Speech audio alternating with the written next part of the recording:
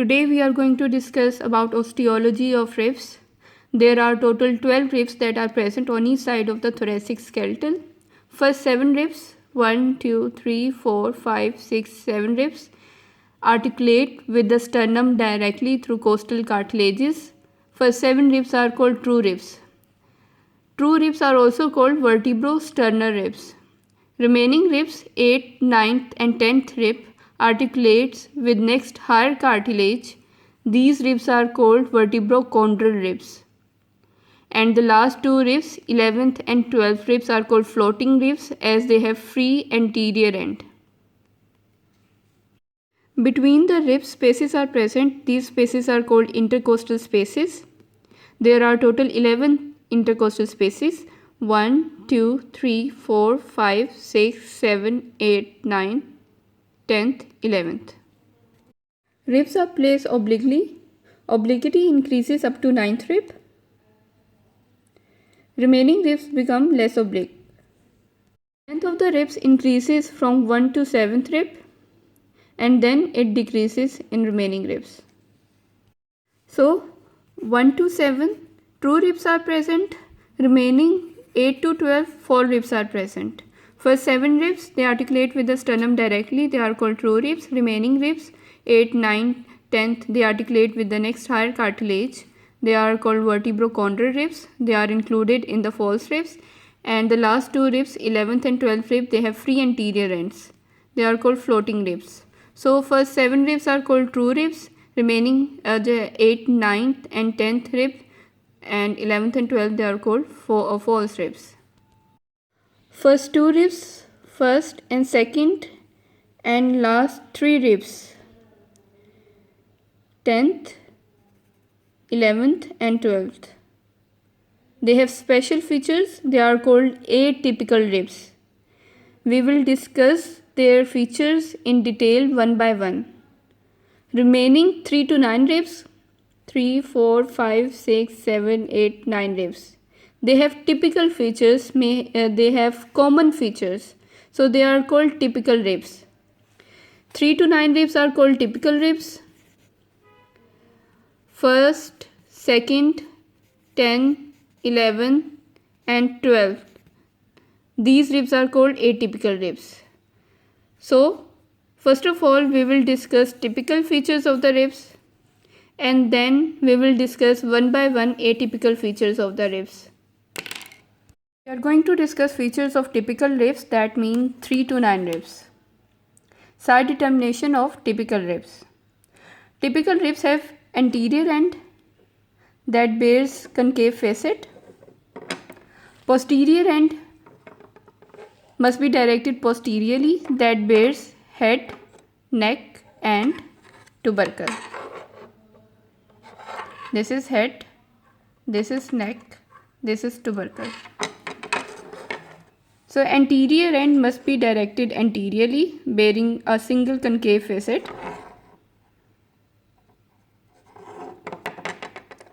And the posterior end must be directed posteriorly, that bears the head, neck and tubercle. This is tubercle. The inner surface of the shaft of the rib in its lower part bears the costal groove. This is costal groove part.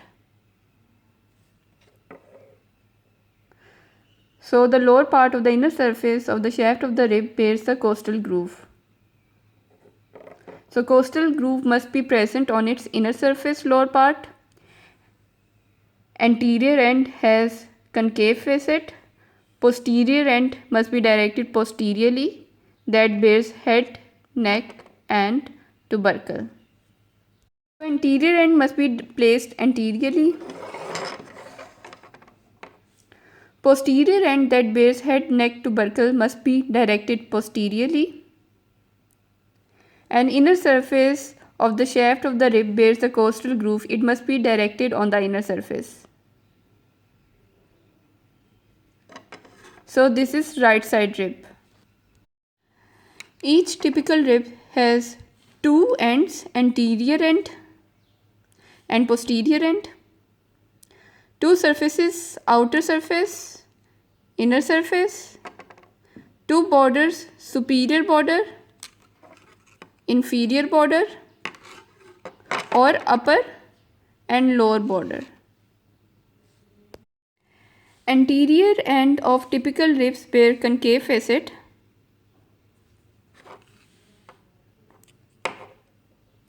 That articulates with its cartilage. Anterior end is also called sternal end. Posterior end is called vertebral end. It articulates with the vertebrae. Posterior end has head, neck, tubercle. Head has two facets, upper facet and lower facet. Upper facet and lower facet. Lower facet articulates with the body of corresponding vertebrae, and the upper facet articulates with the next higher vertebrae. Lower facet articulates with the body of corresponding vertebrae. For example, if this is fourth rib, lower facet of head of fourth rib articulates with the fourth vertebrae body, and the upper facet of the fourth rib head articulates with the body of third vertebrae. So head articulates with the body of corresponding vertebrae and next higher vertebrae. This is the posterior view of thoracic rib cage. We are discussing the features of typical ribs 3 to 9. Posteriorly, head is present. As you can see that head has two facet, upper and lower facet. Lower facet, if this is 9th typical rib, lower facet of the head articulates with the corresponding vertebrae, means 9th vertebrae, and upper facet articulates with the body of 8th vertebrae. So head articulates with the corresponding vertebrae body and upper vertebrae body. So each typical rib head has two facets, superior and inferior, upper and lower. Lower articulates with the corresponding vertebrae body, and upper facet of head of the vertebrae articulates with the next higher vertebrae body. Neck of vertebrae. Neck of vertebrae has two surfaces, inner surface, outer surface. यहाँ पे anterior posterior surface, two borders, upper border and lower border. So this is upper border, this is lower border of the neck of vertebrae. Tubercle of rib is present on the outer surface of the rib at the junction of neck with the shaft. So this is tubercle of rib. Head, neck, tubercle. Tubercle of rib has medial articular part and lateral non-articular part. Medial articular part articulates with the transverse process of corresponding vertebrae. If this is 5th typical rib, tubercle of 5th rib articulates with the transverse process of the 5th thoracic vertebrae, and the lateral part of tubercle of 5th rib is non-articular. You can see over here, this is tubercle of the 7th rib. Tubercle of 7th rib, which is a typical rib, articulates with the transverse process of the thoracic vertebrae.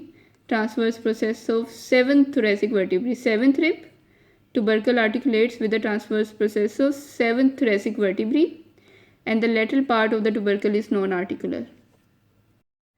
Shaft of rib has two surfaces, two borders, outer surface, inner surface, upper border which is rounded, and lower border which is thin.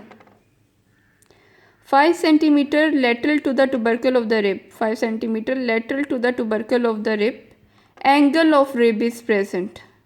This is angle of rib. Shaft of rib is convex outward.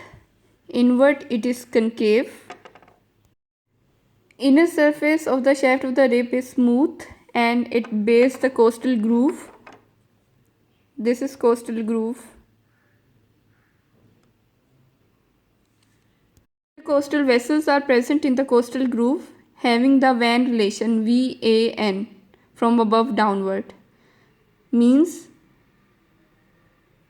intercostal vein is present, then intercostal artery is present, and then nerve is present.